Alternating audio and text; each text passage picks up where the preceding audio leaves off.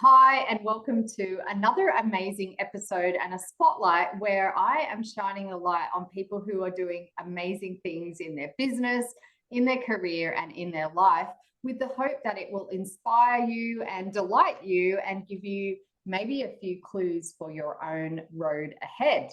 And today I am deliciously excited to introduce this amazing lady, Elsa Morgan. G'day, Elsa. Hey, how you going? It is so lovely to see your face and to have a little chat. Thank you for being part of our monthly calls with everyone. Thank you for having me. When you actually asked me, I just thought absolutely 100% I'm all in. So I'm excited to be here and have a bit of a chin wag.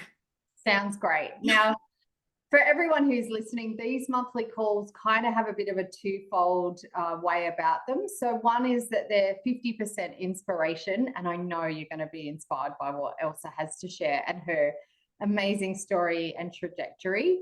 But also then it's 50% kind of tactical and really thinking about, well, inspiration is great, but what do I do with it? So really getting you to reflect on and think about what can I do with that information and how does it apply to my life, my career, my business, what I want to do with this delicious thing we have, which is maybe 80, 100, 120 years, depends on how long you want to live. But what do I want to do with it while I'm here? So for those people who don't know Elsa, she is, I guess, similar to me in some ways, in that she is a no BS coach. And I know I say I'm a no BS leadership and culture kind of coach. So you're in the no BS zone with the two of us together. So it's great to have you here, Elsa. And I wondered, for those who don't know you, haven't met your amazingness before, can you tell us a little bit about just you? Thank you. Yes, and it's funny how you said, I'm an OBS leadership and culture coach, and I'm a no BS coach. It's funny that your audience is going to get no BS 10x today. So, right, trying to be humorous. Okay, so a little bit about me. I was born into poverty. I had two dining chairs as my bed for the first 18 months of my life. University dropout. I literally dropped out with about 6 subjects to go. I was studying economics and marketing and realized I really don't want to do this. And I think from a very early age, I knew that I was destined to do something, but I bumbled around in my corporate career in sales and marketing. I did that for over 20 years and was very good at sales and still am really, really good at sales. And held some senior positions with big global corporations, but I literally by accident found a way of making money online. I wanted to lose the last lot of my baby weight. I think I had about 5 kilos to go. And up until then, I'd been really slim and fit, and it was my first child. And it was never a problem. Before I would just have to walk and just really look after myself, and the weight would just drop. But after having my first child and I was 41, I really struggled with it. So a good friend of mine was promoting this product, and I was highly skeptical. I literally said that to her. I said, listen, I know you have a 30-day money back guarantee. I'm going to try it, fully expecting that I'm going to get my money back. But as it turns out, I lost more than that. And Olaf, my husband, also did it with me, and he was surprised. He was so surprised. And from there, we had people asking us how we did it. And that's how we realized we can make money online. And it was the most coincidental situation, AJ, because probably about 6 months prior, and having been pregnant at that time, I was sitting down one day and I was having a conversation with Olaf saying, I wonder how I can actually come home, because at that time, I was working 60 to 70 hours a week, and I couldn't see myself with a brand new child being the best mother. And I said, I wonder how I could come home so that way I could just still earn the income, but then spend time with our child. And so we thought it was going to be property investment, but universe had other ideas. But literally that's how I discovered it. And one piece that I did fail to mention as well is that in 2009 I filed for bankruptcy, And one of the reasons why was the global financial crisis. Another reason why was because I fell victim to a Ponzi scheme. And so it was a massive learning curve for me around managing money. At the time, I was in a very unhealthy relationship and ended up separating from my ex-husband and having to file for bankruptcy because I was left with all the bills, etc. But it was the best thing ever because I rebuilt my life. I started running long distance and did half marathons and marathons. And then I ended up meeting my husband, Olaf, and both of us have so much in common that it was only natural that we came together. So fast forward to 2015 when I discovered the online space.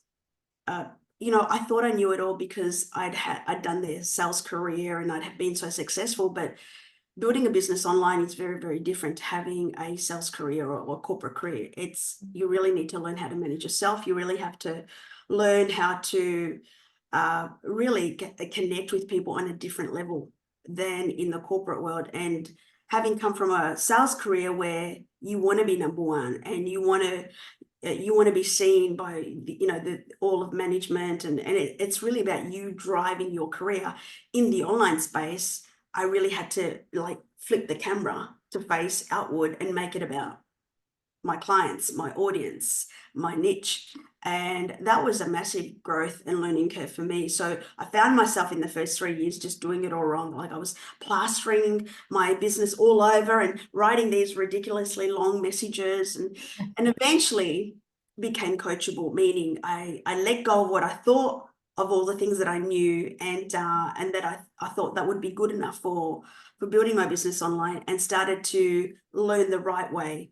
So from 2018 really onwards, I started to learn, and that's when I really discovered personal development, meaning not only learning and applying, but also investing in yourself to learn a proven blueprint. So I applied all of that, then hit another brick wall in late 2019, because I found myself, even though I was earning 6 figures from my online business, that my bank account didn't reflect that. I just didn't have a good mindset with money. Right. And I wasn't managing it right. And I said to my husband, like, this can't be it. Like, I can't be doing all of these things and earning all this money and finding myself in this situation. And, having to sell my car to get myself to an event and pay off credit cards was not what I had thought I had to do. And then realized that I had to do the inner work, the deep inner work in terms of programming and limiting beliefs. And really all of that, plus learning how to do it the right way, from 2020 have just excelled. And I've been on this massive trajectory that is continuing. And so now I find myself literally with my own company. So my company, I describe it as a women's empowerment company. What we do is we provide coaching services for women, both group and one-on-one, to help high-performing females to scale up their businesses, increase their impact from vision to brand.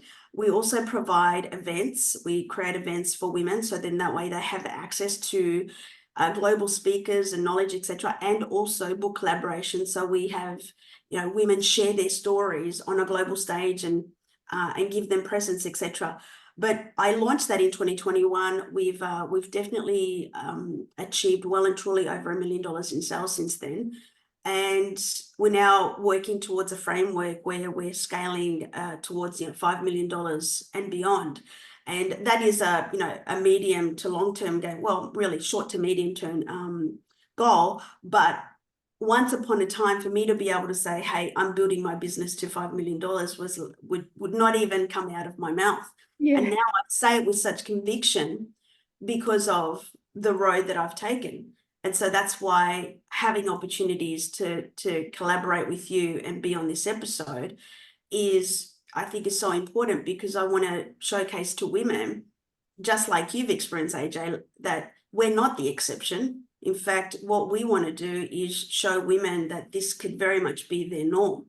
And it really just takes for them a decision to want to change their life, because you absolutely can. there's so much in there that I love, and we're going to unpack a little. And I think for everyone who's listening, hopefully you've got already inspiration, but also some tactical, practical things. And that's where I want to kind of dig in a bit. Sure.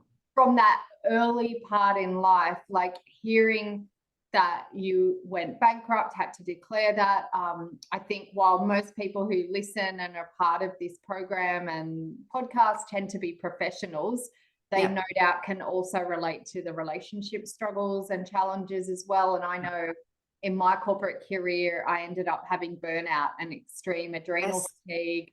Yes. And my relationship suffered because I was workaholicing and all of those sorts of things. And so if you'd measured my success, then I would have still had some financial, but I had no free time and no bandwidth for life. But what I love is, so you were saying you worked 60, 70 hours a week then. And what I'm always on about is how do you make the tiny shifts that make a big impact? Like an aeroplane just course corrects the whole way, that we don't have to change everything about our life. And what I'm hearing from you is that it was a mindset shift. You became coachable. You know, you started doing that.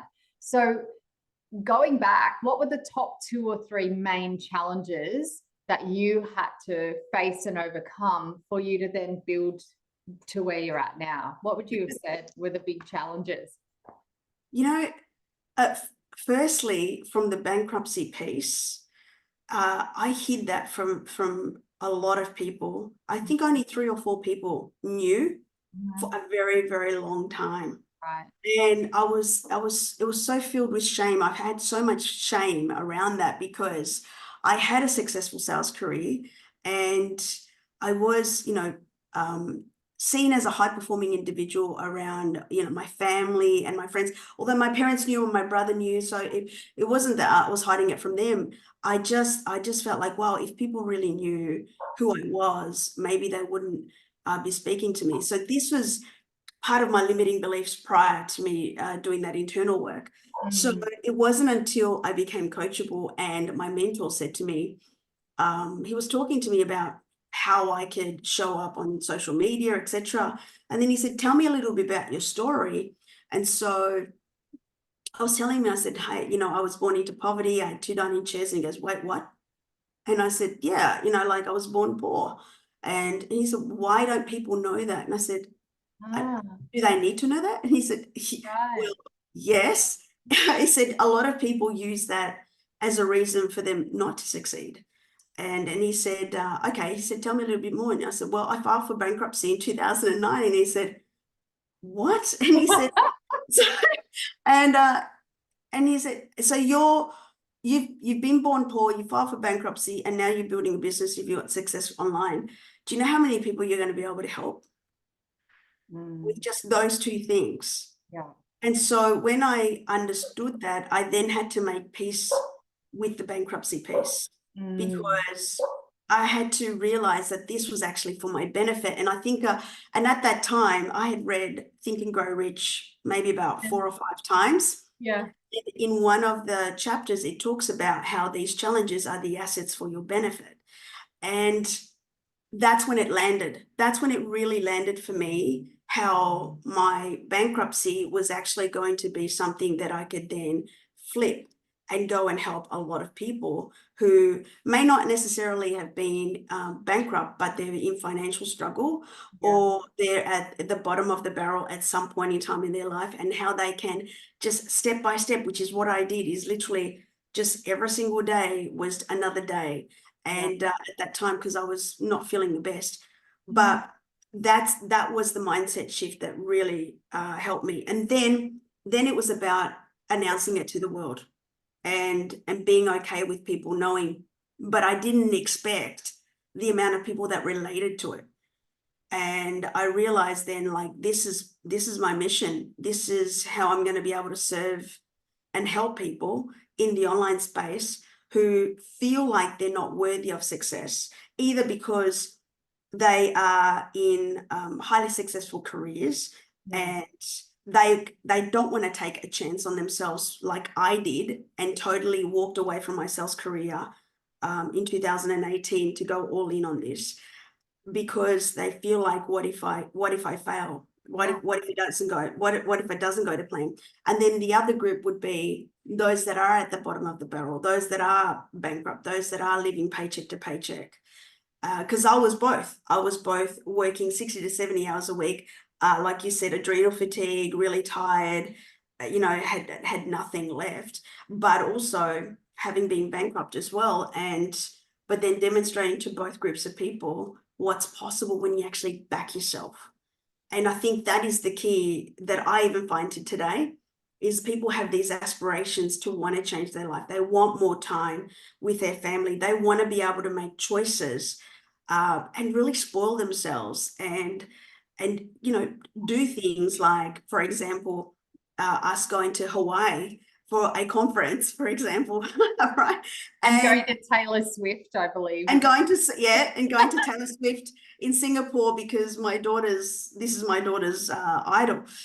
And being able to do that, the very first thing that you need to do is back yourself. You may not necessarily believe in yourself 100%. I don't think that you ever get there because of programming and stretching yourself, but at least enough to go, you know what, I'm going to take a chance on myself. And that's what I did, AJ. Those two shifts really were the ones that changed everything for me. Yeah. Oh God, I often, when I'm teaching in leadership and career development, I often talk about the scale of consciousness. I don't know if you've ever heard of that, Dr. David Hawkins. Yeah. And I'm always talking about, we can only go up step by step. You can't jump from shame to love, for example. You've got to work through the process. And what I'm hearing in your story is exactly that you really worked through that story and process. And to come from the shame of that reality, I'm sure everyone here can probably relate to that somehow in their life. And there are so many people that I often work with that are senior leaders and on really good salaries, but have big mortgages, lots of expenses and things. And so they're still living paycheck to paycheck. And sometimes they're going, I can't work it out. I'm smart. I've got a degree. I can run a team of 20 people, and I'm still living paycheck to paycheck. Or I hear them also wanting to go for a career advancement, a more senior role, or start their own business and going, oh, I don't think I'm good enough. How can I? So I love what you're saying, because I'm sure it's going to resonate with people that they've felt exactly that way as well. Yeah. For me, I have experienced all of that, where I have had, myself and my husband, we were earning multiple six figures at the time that we had our son, but living paycheck to paycheck, and both of us coming home spent and tired and thinking like, how do we actually create wealth out of this? Yeah. How does one create wealth when you're exchanging time for money? Do you understand? And it was really difficult for me to grasp that concept. And like I said, we had by the time we had our first child, we had one investment property. And so that was the starting point, but we didn't know how we were going to get into our second or our third. It felt like insurmountable. Yeah. But now, one thing I did fail to mention, now we have a multiple seven-figure property portfolio. And that's happened because, I've built this business. I really don't believe we would have been here unless, I don't even know how, but I don't think we would have been here if we didn't have this company. And this really was born out of just selling products online and then teaching people how to sell products online, and now scaling it to become like events and books. But let me tell you, when I first started making money online, AJ, it was just $500 a month. It was literally a hustle, because $500 a month for me, for us as a couple with a young child, was breathing space. Yeah. Breathing space. It was like we could go out on a date.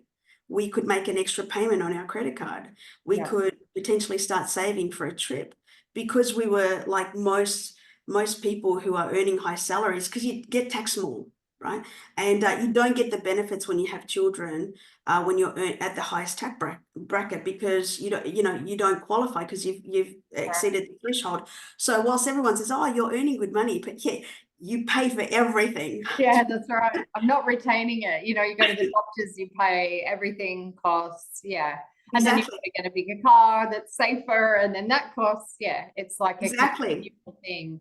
And I know a lot of people that are in my programs and that I share with and work with, they find that they're like, I'm climbing this ladder and it's up the wrong frigging wall. Yes. Like, and I don't even know if I want to climb here, but I'm here now. And I can remember a promotion that I got into a director role at a really large agency, and they said at the time, oh, are you married?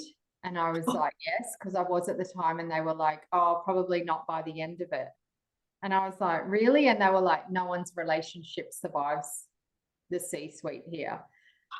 So there was just this acceptance that that's how it is. And I think, both of us being no BS about what we do, I really believe that there are other ways, and that you can actually start to blend a life that you love, working with people that you like, doing it your way, through building your confidence, your mindset shifts, getting skills and competence, but then also building some credibility in how you do that. And that's what I witnessed in your story, is you really did work on your own confidence, you built the skills and confidence, and then you have built the credibility through the things that you put out there, so then people go, well, I want to walk with you, which is awesome. Yeah. And one thing that you just said there is, the confidence piece. I don't think me, with the people that I work with, the women that I work with, and even just speaking to just in general, most people come in with lacking confidence because they're not quite sure. Of course, they know their career, they know what to do in their career. But I think they have this expectation, and this is where they set themselves up for failure, that automatically they're just going to crush it and just go straight to the top, so to speak, when they build their own business or if they pursue their own thing. And I'm here to manage everyone's expectation to say that very rarely happens from the get-go. And so what tends to happen is people just lose confidence in themselves and then step back into the known. And the reason being is, and I don't think a lot is said about this. I mean, you find people like Gary Vee, etc., that talk a little bit about this, is that the system where you have a career and you're working 9 to 5, or you're working 60 to 70 hours a week, and you may have a mortgage, you may be married, you've probably gone through university. That's the system, and you stay within that system, so you play within the walls of the system. But when you're coming into the entrepreneurial space, you literally create your own system. Right? So you dictate your worth. You dictate the way you're going to run your business, what you're going to be speaking to. And this is literally from ground up. As you know, AJ, it's literally from ground up. And as you go along, you're going to fail. And that's why that term, fail forward. You're going to fail. And I say to my clients, like, don't be afraid to fail, because that's the cheapest and the fastest way to grow.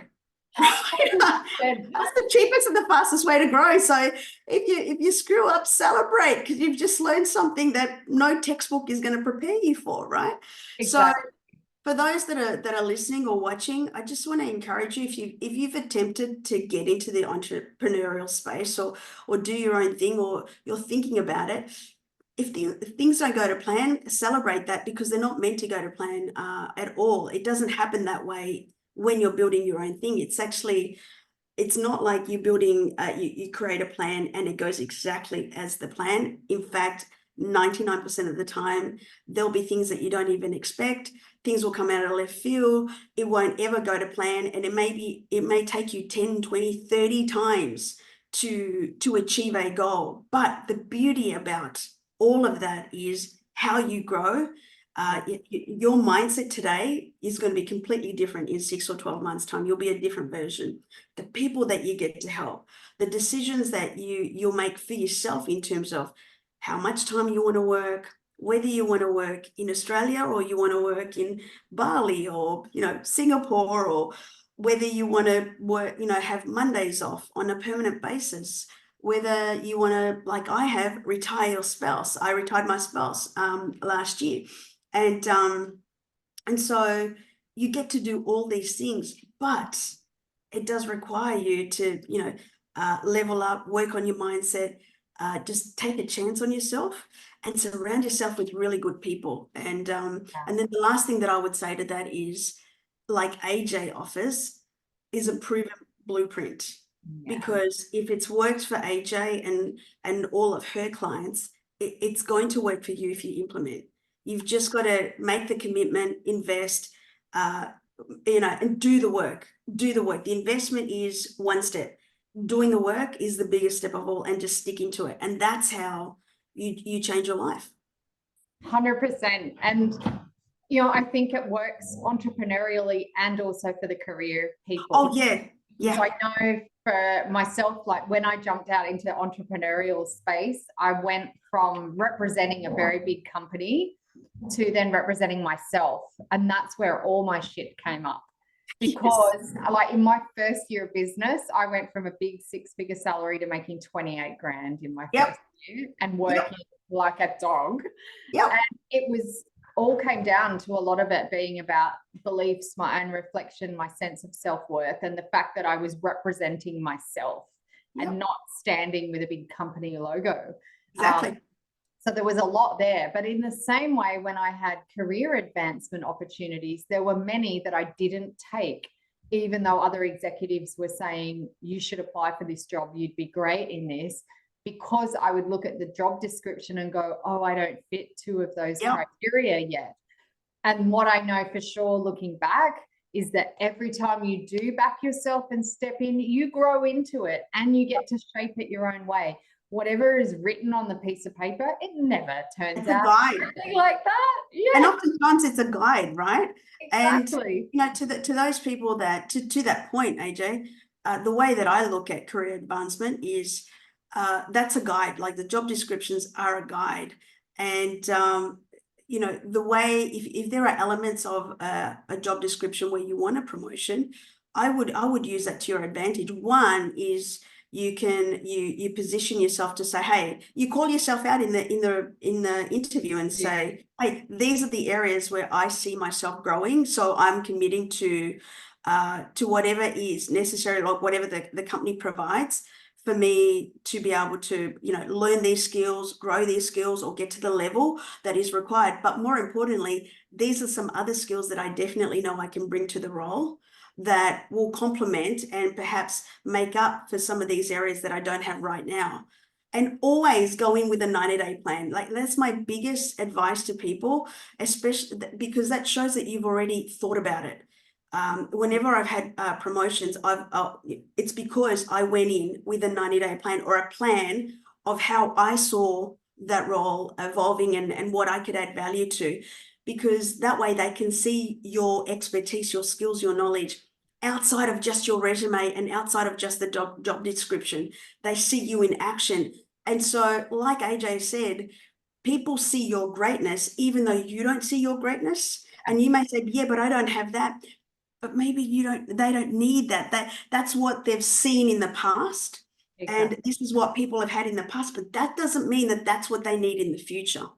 Exactly. And this is why you just put your best foot forward every single time, because you have no idea what plans the company may have, which is why you may be earmarked for that. But if you don't raise your hand, it's never going to happen. Exactly. And so from all of this, what I'm hearing is a bit of the self-belief and confidence, really knowing your own strengths, being in your lane where you're like, this is my stuff, this is my jam, I'm going to stick to it. Surrounding yourself, getting mentored with good people who have either gone there before or can see the gold in you and support you around that. And then I'm also hearing a bit of follow the plan. Like if there's a blueprint or a plan, we have a roadmap, same sort of thing. Follow that. Look at where are my gaps, what are my strengths and how am I going to build? So that having a plan is the clarity that will get you going. I was coaching a client this morning who was saying my team aren't performing. And when we looked at it, they didn't have clarity. They didn't have a plan. And I'm like, if they don't know their right next step, they're going to dither. They're going to spend time and majoring in the minor until they've got clarity. Once there's clarity, you can cut through anything. So I love hearing all of that for you. And I want to just kind of check back in as we wrap up from the beginning, from where you were. What's life like now? Now that you have built the mindset, worked on the muscle back to yourself, what's the feeling that you have in life now? I was talking to a client about this today, like, because she's now scaling her coaching business. And I said, hey, isn't this fun that we get to do what we do? And she stops, she goes, yeah, like, it's a feeling that cannot be described, to be quite honest. And it almost seems surreal, like it's like I'm looking at someone else's life, looking back at when I was living paycheck to paycheck. And, I tell the stories sometimes, AJ, when I was bankrupt and I couldn't even afford coffee sometimes. But what I would do is I'd go and look at all, go and search all the pockets in my jackets and my jeans and, boxes and things like that. See if I could just, gather together 10 cents, 20 cents just to get a takeaway coffee. Just the feeling of just being able to do that. And I remember this one moment, I thinking to myself, like, one day I'm going to be able to buy coffee at will. Like, I know that this is just a chapter and a moment in time. And then I look to where I am today, and we live in a sub penthouse, 2-story. My husband's at home. We get to take our kids to school. As you mentioned before, we're traveling to Singapore and Japan next week, and we're taking our daughter to Taylor Swift, who is an idol. Like, my daughter sings and dances and writes her own songs as well. And so Taylor is like her idol. And we're going to Disneyland in Japan because our son wanted to go to Disneyland. And when we had planned to go, which was during lockdown, that didn't quite happen. So now we've backed it up and going to Japan. So you get to do all these things, and you get to contribute and get to make a meaningful difference to other people's lives, not just through my business, but we make financial contributions. And then to be able to then, knowing that you are breaking the generational curse, and it stops with you. It's something that gets me emotional, because going forward, our children have choice. Going forward, our children will be financially educated, and aside from the actual finance piece, it's that inner work, working on my all of the stuff that I experienced in my childhood and all limiting beliefs, that makes me such a better parent. And I said from the get-go, I said to my husband when I started working on myself, I don't want our children to go through what we went through as children. And nothing against our parents. They worked really hard, but gee, they had different programming. They had a different mindset around money, etc. And we now get to pass this on to our children, how they can create their life, how they can hold space for other people, how they can empower themselves and also others, and be a lot more accepting of others, right? So it's rewarding in the way that you get to help people, but then you think to yourself, like, I get to live a life that a lot of people think about but don't ever experience because they don't take a chance on themselves. And that's why I'm on this mission to even be on podcasts like yourself, where you and I think the same, AJ, where if really people just believed in themselves, if they just took a chance on themselves, like if they knew that they only had a certain amount of time left, how different would people operate? Do you understand? Yeah. But we get to live this life. We get to choose. We get to decide what we want to do. But we've got such a bigger goal that we don't want to stop where we go. And I know that you're the same. So in short, life is very different.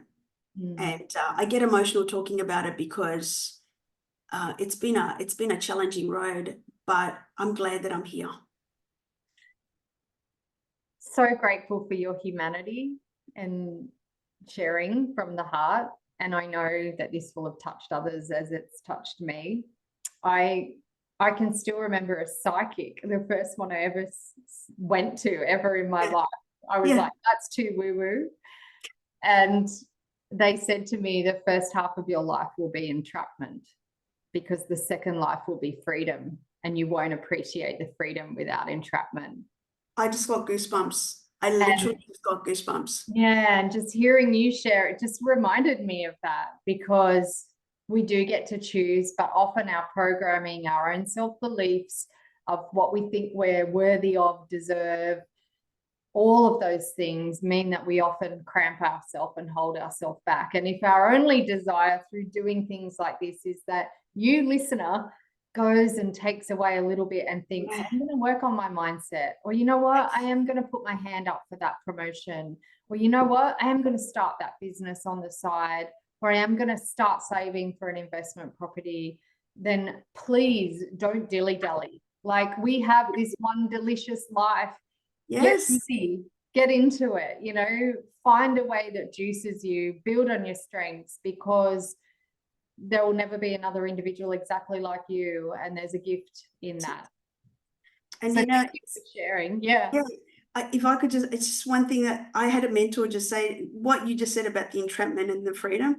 I had a mentor say, AJ, hope you don't mind me sharing. He said, you know, because I recently turned 50, and when he said this, he had just turned 50, and there was a very subtle but distinct difference between when he was 49 and when he turned 50. Because after he turned 50, he like exploded, and like his podcast went everywhere, and like he was like Eddie everywhere, right? Everywhere. And so there was and somebody asked him about that and said, hey, like, man, like, it just seems like since you've turned 50, life's really different right now. And he said, yeah, it's funny how you say that. I've been reflecting on that.